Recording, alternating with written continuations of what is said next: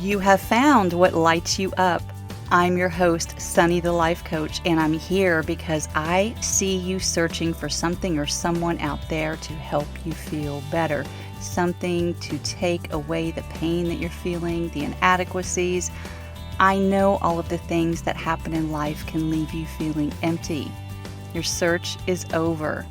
This podcast is all about finding your own freedom and power to love yourself enough to shine in the ways you were always meant to, the ways in which you are already fully capable of. If you're ready for some real talk, some serious truth bombs, and a few F-bombs, you are in the right place. Let's do this. Let's get lit.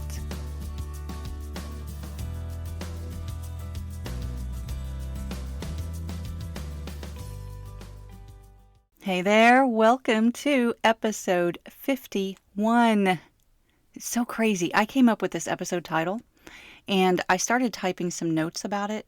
Then I checked Facebook for a quick minute and saw no fewer than 3 trauma-related posts back to back.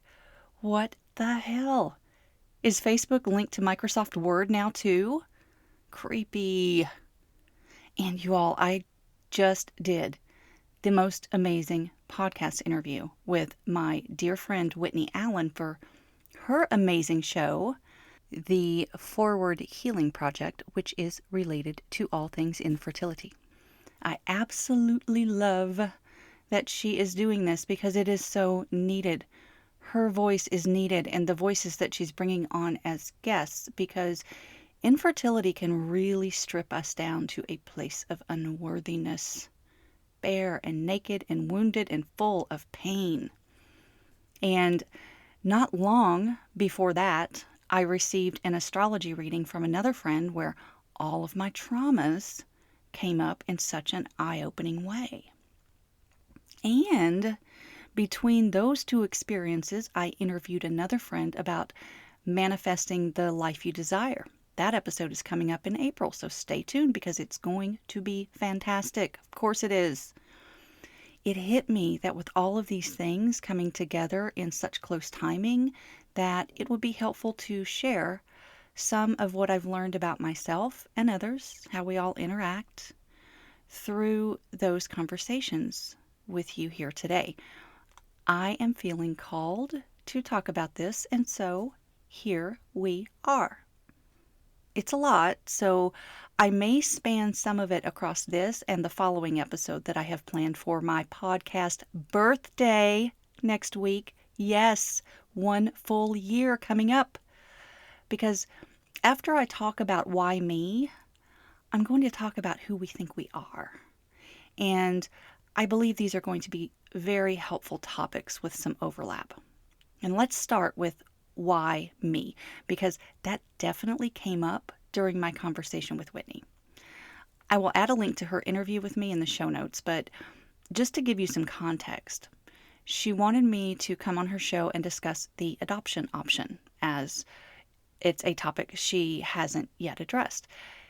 And of course, before we went into my personal experiences of adoption and all of the complications, the fears, and the judgments around that, she wanted me to share my infertility story. We started right there, just listening back to that, even though it was done in a very condensed manner. It was also very intense. I've shared it here before, but if you are a first-time listener and you don't want to go to another episode to hear the story, I'll give you the super abbreviated version. Whitney's prompt of how did you and your husband arrive at the decision to adopt? Tell me your story. Was so challenging because it brought up so much trauma, and I had to find a way to encapsulate that into just a few minutes. I have had 2 ectopic, also known as tubal, pregnancies, and I have obviously lived through these things to have the opportunity to tell these stories. The first was caught early enough and completely by chance to be taken care of with a same-day surgery that honestly wasn't too invasive physically, all things considered, but it was compared to having a C-section in terms of recovery. I couldn't drive or lift heavy objects for a few weeks. The way it was explained to me at the time was that they had to cut through muscle to get to my insides and remove the embryo from my tube before it ruptured and I bled to death. Well, that's trauma, because I was still coming to terms with the very idea of being pregnant, and it was literally ripped away, stripped away from me in a very invasive way, while I just said that it wasn't. Invasive emotionally, not in the clinical sense. In that sense, it was a routine procedure, but in the mental sense, it was a traumatic experience. One that I realized, even at the time, that I was going to have to figure out how to deal with on my own. There wasn't a lot of support for that. I would search for local support groups, and the closest thing I could find was child loss. By the way, grieving the loss of a child to this day, there is still no term for it. We have widow for the loss of a partner and orphan for the loss of both parents, but we have no word in the English language for the loss of a child. I see posts from time to time on social media about that anomaly. And so I found myself in one of those support groups in a church basement. Yet, of course, the very first thing I did was I found myself comparing my trauma to the others in that group who had once had a living child. And I had thoughts that they were mourning on a whole different level than I was. They were mourning losing a life they had once held in their arms. And I was mourning the idea of having that.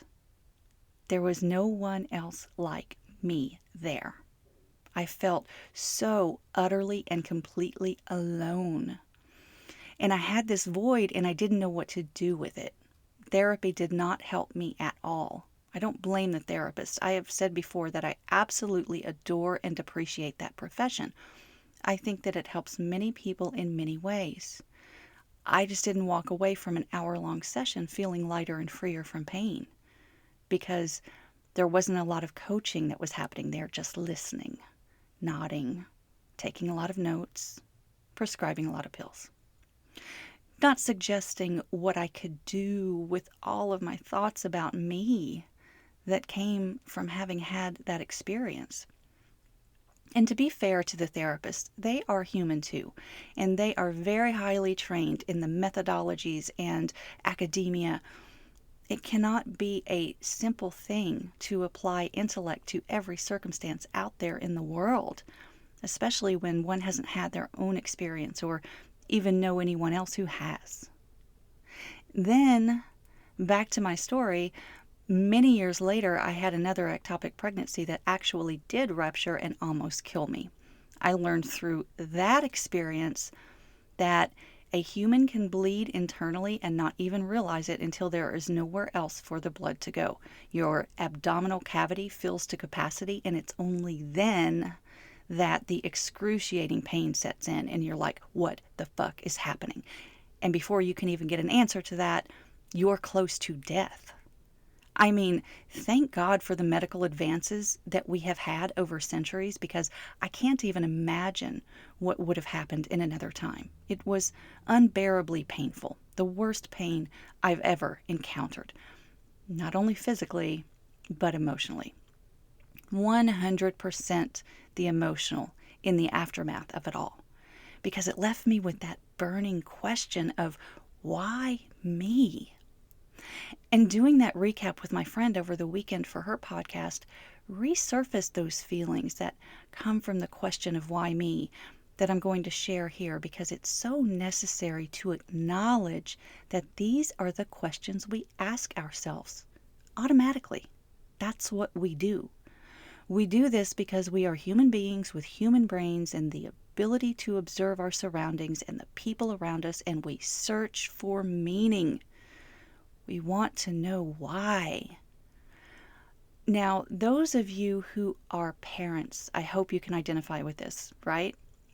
Yet, in the spirit of understanding that not everyone wants to take on the role of parent, or if you truly do and it seems that the universe is working against you in your quest, I will ask you to channel your own inner child, your inner 4-year-old. Why, 7,000 times per day. You did it too. We all have an inner 4-year-old. We do. It's true. We can be annoyed all day long if we are exposed to a tiny human who asks why things are the way they are. Just basic shit like, why is the sky blue and why do I have to go to bed at 8? And I want you to start to see that it's fascinating that we have questions of why.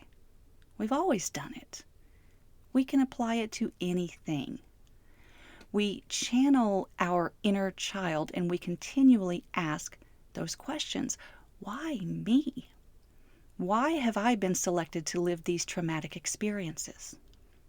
Well, it's like asking why the sky is blue. It's because that's how we see it. That's how we see the sky, and that's how we see how our lives unfold around us. It's because that's how it's supposed to be. And so on my journey, I started opening myself up to the possibility that maybe there's a reason that I experienced the traumas that I did.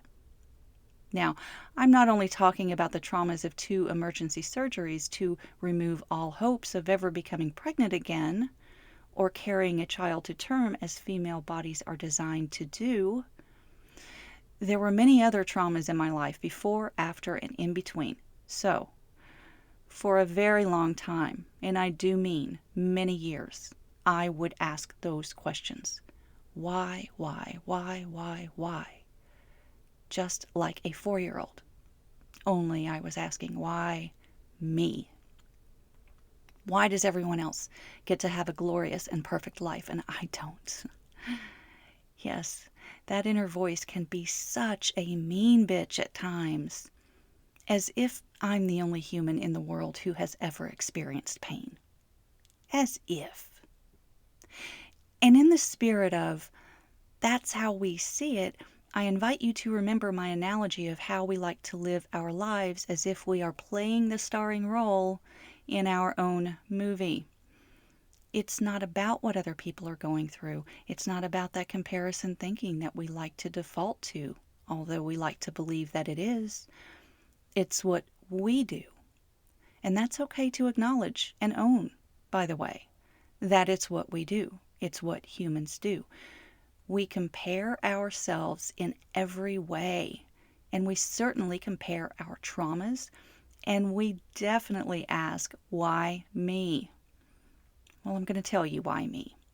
And it comes from a combination of all of those recent events, my podcast interview on infertility and loss, my first ever astrology reading or map or whatever it was engaging and so enlightening, and the interview that I did with my friend Christine, who's a manifestation coach, the one you will hear in April.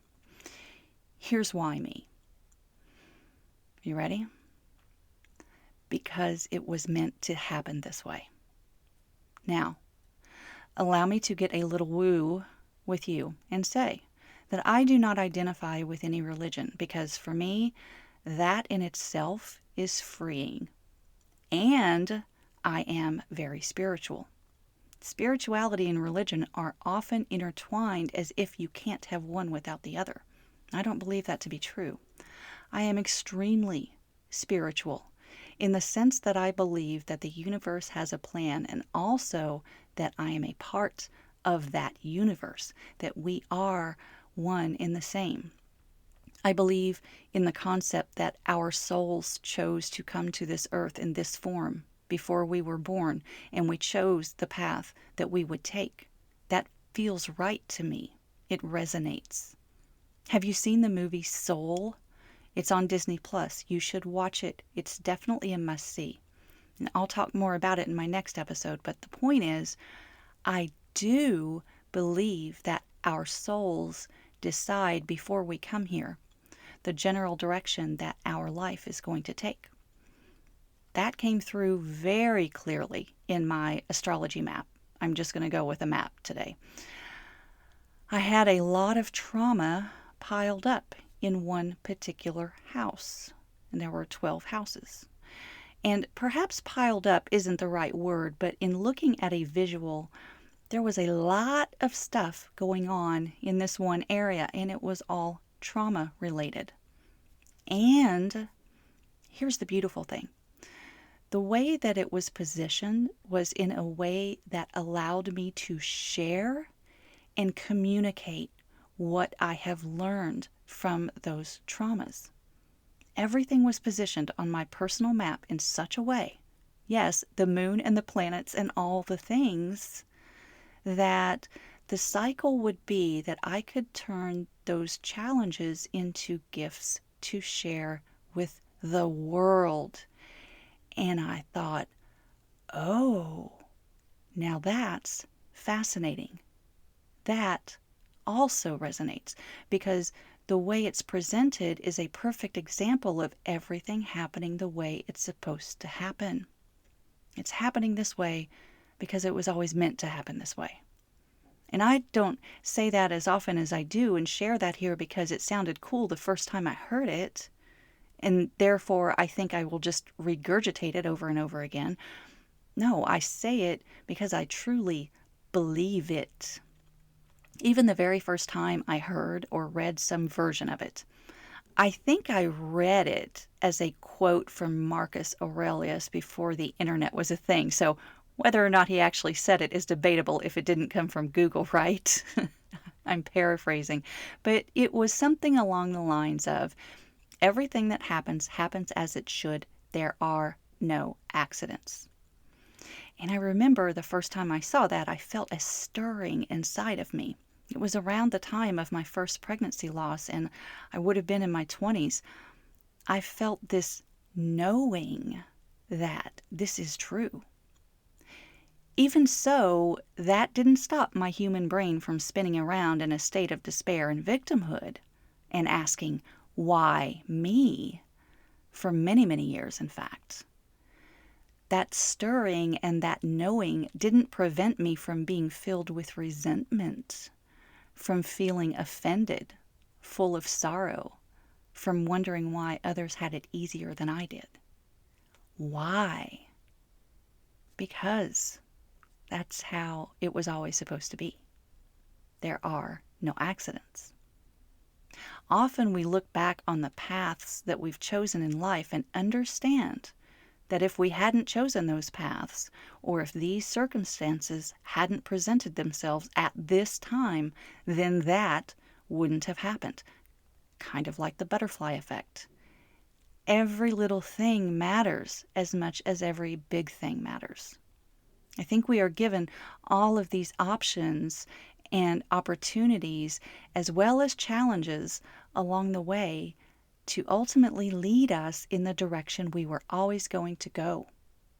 It's just that some of those paths may be longer and rockier than if we had made a different choice, but I think they all lead to the same place eventually. Of course, I didn't choose my traumas. I didn't choose infertility and loss. I didn't choose that pain. Not the human me, anyway. Did my soul choose it? Maybe. Perhaps that's true. And if it is, I'm going to be at peace with knowing that now. Or, here's another thought to try. Perhaps I did choose it. The human me chose that path because it's what every woman does, right? It's what every woman is supposed to do. To get pregnant, carry a baby to term, and to give birth. That's how you're supposed to become a mother. So when the question that was posed to me during that interview that was something along the lines of, tell us your story and what led you to adoption, my human brain wanted to focus on the traumatic experiences that led me to that path. Ultimately, it was a matter of, I really, really have this burning desire to be a mother, but I don't want to die in the process. And I need to reconcile the notion that I have to be the one to give birth in order to be defined as a mother, which is exactly what I did, by the way. I reconciled that very quickly, in fact. And once I did, then everything fell into place in the most beautiful and perfect way possible. So interesting, right? And having experienced the pain that I have places me in the perfect position to guide others through their moments of darkness. Having gone through those dark times without any support, without knowing a single solitary other human being who could tell me, yes, I understand your pain, gives me a power to help others in need. A superpower, right? Am I a special unicorn? No, not even close. That's not what I'm saying. What I'm saying is that I have come to the realization, to the knowing that there is a reason for everything that happens, even when it feels awful and ugly and dark and excruciatingly lonely. Even when your life isn't playing out exactly as you envisioned that it would. Even when you find yourself asking, why me? Even when you find yourself seeking answers outside of you and your own knowing. As my dear friend Whitney says, joy is on the other side of your expectations. And I'm going to take that even deeper and say that joy is also on the other side of your excruciating pain. Because I will tell you this, I have no regrets. The most joyful time of my life was the day our son was born. And the fact that I wasn't the one who gave birth to him mattered not one bit. The most beautiful adoption story I couldn't even have imagined or dreamed of unfolded because of my path of pain. I wouldn't have had that experience if my original expectations had been met by the universe, God, creator, whatever or whomever you want to say. I had this vision and it wasn't met exactly as I expected it to be met. I still cried with joy. I still feel into that joy when I recall that day. Everything about it, every person and interaction that came with the experience of that entire day was exactly the way it was supposed to be, the way it was always meant to be. As Rumi says, be full of sorrow, that you may become hill of joy. Weep, that you may break into laughter. Looking back, I probably wallowed in the sorrowful parts a little longer than I needed to. I didn't understand how to fully feel it, truly feel it, and be with it, to acknowledge that it is a necessary part of my human experience. And I want you to know that I don't spend a whole lot of time looking back. Not anymore. Not unless I'm drawing on some experience that I feel is worthy of sharing with others, just so they know that they are not alone. When Whitney asked what advice I would give my younger self if I could go back, I don't know that I gave the best answer on the spot, which is why I wanted to do a little version of a follow-up here today. I know I talked about having belief and trust, take it to the next level. Find your willingness to be open to any possibility. Be humble and acknowledge that maybe you don't know everything. Above all, release all of your expectations and love yourself along the way. Love yourself. The not knowing is okay, not knowing how, and definitely not knowing why. It's okay to be uncomfortable and a little fearful. From your trauma, triumph can emerge if you are willing to allow it. When you trust and surrender, everything will fall into place the way it was always supposed to, the way it was always going to. Oh, that was heavy. And I'm here for all of that weight. This podcast baby turns 1 next week, my friends. I hope you'll join me in celebrating. Oh, a great way to celebrate would be to write a sweet review on Apple Podcasts for the world to see how much you appreciate this episode. Yes, that would be fantastic. Please take a moment to do that, and above all else, don't forget to light up and shine on.